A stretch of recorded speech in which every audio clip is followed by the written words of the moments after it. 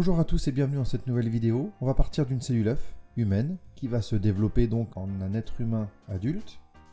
On se rappelle qu'un être humain possède un karyotype composé de 23 paires de chromosomes, ici XY puisque c'est un sexe masculin normalement. J'ai pris l'exemple de la généalogie des Skywalker et là on va s'interroger sur la transmission de ce karyotype et donc de l'information génétique, notre génome. Que se passe-t-il dans la transmission entre la cellule œuf initiale et l'adulte, ici Anakin Skywalker? Donc, comment la cellule œuf a transmis le karyotype aux 3000 milliards de cellules? Et ensuite, comment Anakin et Padmé Amidala ont pu transmettre leur karyotype à leurs enfants, Luke et Leia, et que Leia et Han Solo ont pu transmettre à leur tour leur karyotype à Ben. Donc on va parler ici de transmission de l'information génétique. Donc comment peut-on expliquer la transmission des caractères au sein d'une personne ou voire au sein d'une famille? C'est les questions qu'on va se poser pendant ce chapitre D qui s'intitule Transmission de l'information génétique. Et la première partie de ce chapitre va être transmission de l'information génétique entre cellules et on va parler de stabilité. Pour cette activité, on va parler des vrais jumeaux. Le but, c'est de répondre à ce problème. Comment expliquer que les vrais jumeaux se ressemblent beaucoup? On va travailler sur les notions de cellule œuf, d'information génétique. On va travailler sur les étapes de la transmission de l'information génétique. On va parler de réplication, séparation des chromosomes et on va parler de mitose. Et on va voir le lien entre mitose et reproduction asexuée. Voici la situation de départ. Louis et Elliot sont de vrais jumeaux, comme on peut voir sur la photo. Ils ne comprennent pas comment ils peuvent se ressembler autant, alors que leur frère Paul, qui est pourtant de la même mère et du même père, sont si différents d'eux. Paul veut expliquer à ses deux frères pourquoi ils se ressemblent beaucoup. Effectivement, ils se ressemblent comme des frères et sœurs d'une fratrie normale, mais par contre, Louis et Elliot se ressemblent vraiment beaucoup. Ce sont en fait des vrais jumeaux. Donc d'abord, on va commencer par la première question, expliquer comment on passe d'une cellule œuf à des milliards de cellules qui composent un être vivant pluricellulaire, en l'occurrence ici, un être humain. Pour ça, on va utiliser ce document-là. Donc ça, c'est un rappel de ce qu'on aurait pu voir dans les classes précédentes, c'est-à-dire qu'on parle d'une cellule œuf qui est issue de la fécondation. Cette cellule œuf va subir une succession de divisions, 2, 4, 8, 16, 32, 64, etc. jusqu'à aboutir à un peu plus de 3000 milliards de cellules à l'âge adulte, avec à chaque fois le même karyotype qui est transmis normalement de cellules et donc de génération de cellules en génération de cellules. Qu'est-ce qui se passe en fait pour les vrais jumeaux? Dans ces premiers stades de division, la cellule œuf va se diviser anormalement. Les cellules vont se scinder totalement et former deux nouvelles cellules œufs. Donc techniquement parlant, dans ces deux cellules œufs, il y a le même karyotype issu de la cellule œuf initiale. Donc on revient aux consignes. On va former une hypothèse expliquant pourquoi les deux frères se ressemblent beaucoup. S'ils se ressemblent beaucoup, on peut supposer que comme ils sont issus de la même cellule œuf, ils ont le même karyotype, donc la même information génétique, donc les mêmes caractères. Donc ça viendrait de la transmission à l'identique du même karyotype. Et donc là, on va utiliser plusieurs documents pour expliquer le mécanisme de transmission du karyotype à l'identique. Alors pour ce deuxième document, nous avons ici en fait un graphique qui représente en ordonnée la quantité d'ADN par cellule et en abscisse le temps. Ici, la quantité d'ADN n'a pas de valeur, on a juste indiqué avec la lettre Q et 2Q la quantité, Q pour quantité ici. Donc on a une quantité de base, ensuite on a une augmentation au cours du temps, et on passe à 2Q, donc on a doublé la quantité d'ADN. Par contre, si on regarde, on a bien toujours 46 chromosomes au cours du temps dans la cellule. Ensuite, on a une division cellulaire qu'on va appeler ici la mitose, et la cellule va se scinder en deux nouvelles cellules de 46 chromosomes. Donc là, apparemment, on ne perd pas le nombre de chromosomes. On a bien toujours 46 chromosomes, comme on devrait en avoir dans une cellule humaine classique. Et au fur et à mesure du temps, on va avoir la même variation de quantité d'ADN. On passe à 2Q, on revient à Q, 2Q, donc on double à chaque fois en permanence la quantité d'ADN. Alors, comment peut-on matérialiser ça dans une cellule? Donc il suffit de prendre des photos à différents stades d'une division cellulaire. Au début, donc, on a une cellule avec un noyau, on a sur le polymerase bleu méthylène les cellules. On constate que dans le noyau, apparemment non condensé. Ensuite, dans une seconde étape, on commence à voir apparaître progressivement des bâtonnets qui sont tout simplement nos chromosomes. Et ensuite, troisième étape, ces bâtonnets, donc ces chromosomes, vont par paquet vont partir de chaque côté de la cellule. Et après, dernière étape, on a une division nette avec fabrication de membranes cellulaires pour séparer les deux nouvelles cellules et donc d'avoir de nouveaux noyaux. Et donc, c'est ce qu'on appelle le déroulement de la mitose. Que se passe-t-il? On se rappelle ce qu'on avait vu dans les chapitres précédents. Un chromosome, c'est une molécule d'ADN décondensée. Il va y avoir ce qu'on appelle une préparation de la mitose. Si on suit ce cycle qu'on peut voir sur ce document, on va passer à un chromosome avec deux molécules d'ADN qui sont toujours décondensées. En fait, que se passe-t-il? Le chromosome, et donc l'ADN décondensé, se multiplie, se dédouble.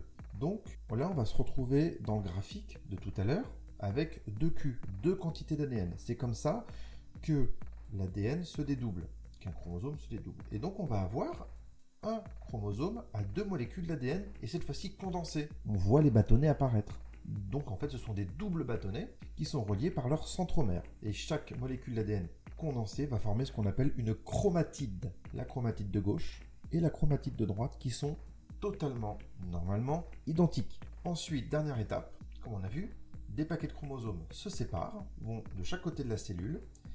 Et en fait, que se passe-t-il? Au niveau du centromère, chaque chromatide vont se séparer et ça va former deux paquets de 46 chromosomes dans chacune des cellules. Maintenant qu'on a vu les explications avec les documents, on va pouvoir compléter ce schéma-là. Alors pour ça, on va simplifier un petit peu les choses. On ne va pas pouvoir schématiser nos 46 chromosomes qu'on trouve dans une cellule humaine. On va prendre que deux paires de chromosomes pour simplifier. Mais il va se passer la même chose pour les autres chromosomes. Donc là, j'ai décidé de mettre deux paires de chromosomes de taille et de couleurs différentes. C'est juste pour le schéma, que j'ai appelé paire numéro 1, paire numéro 2. La paire rouge et la paire bleue. On a deux paires de chromosomes à une chromatide. Rappelez-vous, c'est-à-dire qu'avec une seule molécule d'ADN. La quantité d'ADN se dédouble. Et donc là, on a affaire à deux paires de chromosomes, cette fois-ci avec deux chromatides, avec deux molécules d'ADN. Donc il y a une préparation de la mitose. En fait, les chromosomes, donc l'ADN, c'est préparé pour la division.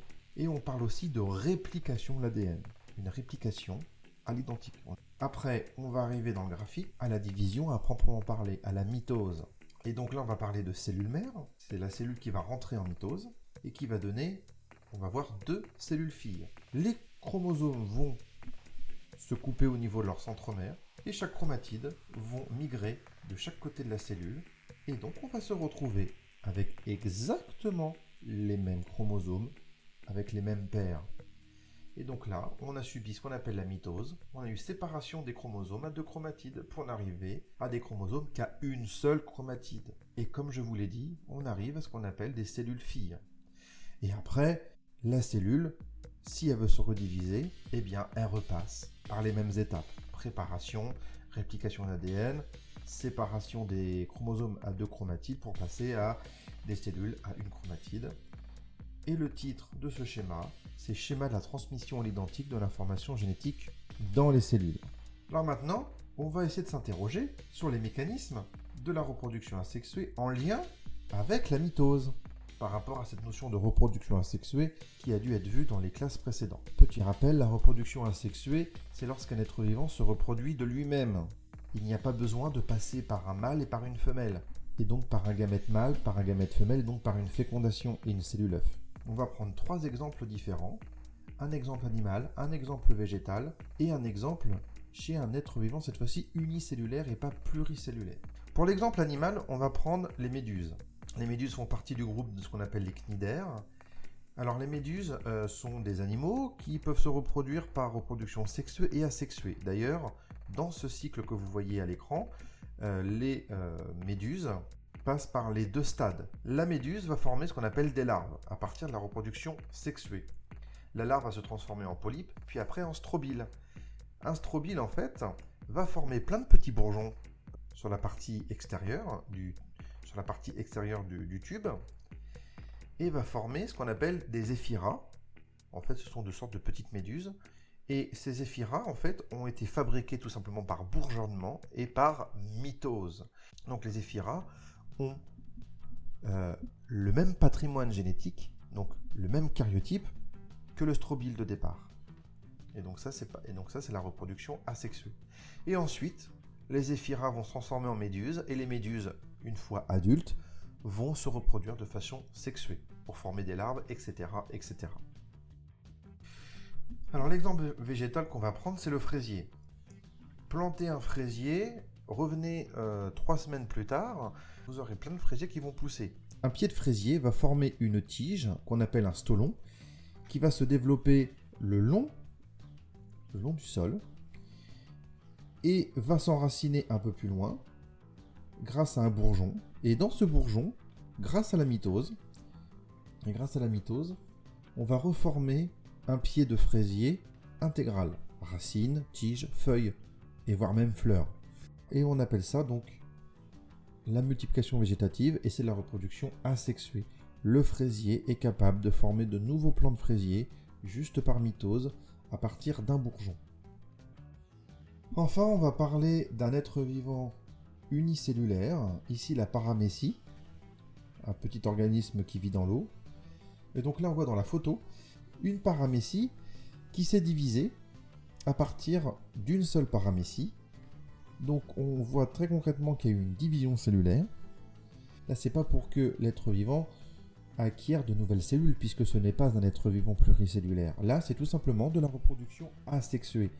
Une paramécie va donner 2 nouvelles paramécies, tout simplement par mitose. Et donc la reproduction asexuée est intimement liée à la mitose. On va pouvoir faire un bilan de tout ce qu'on a vu. Voici le bilan. Toutes les cellules d'un organisme proviennent des divisions cellulaires égales, ou mitoses, successives d'une cellule œuf.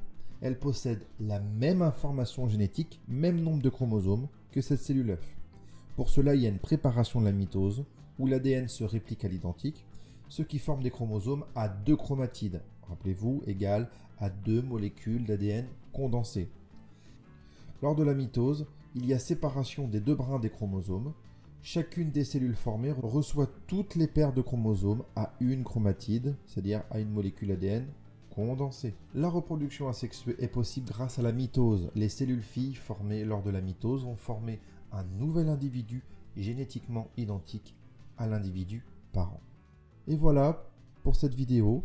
Je vous donne rendez-vous pour une prochaine vidéo où on va passer à la deuxième partie pour parler de la transmission entre les parents et les enfants. Au revoir et à bientôt.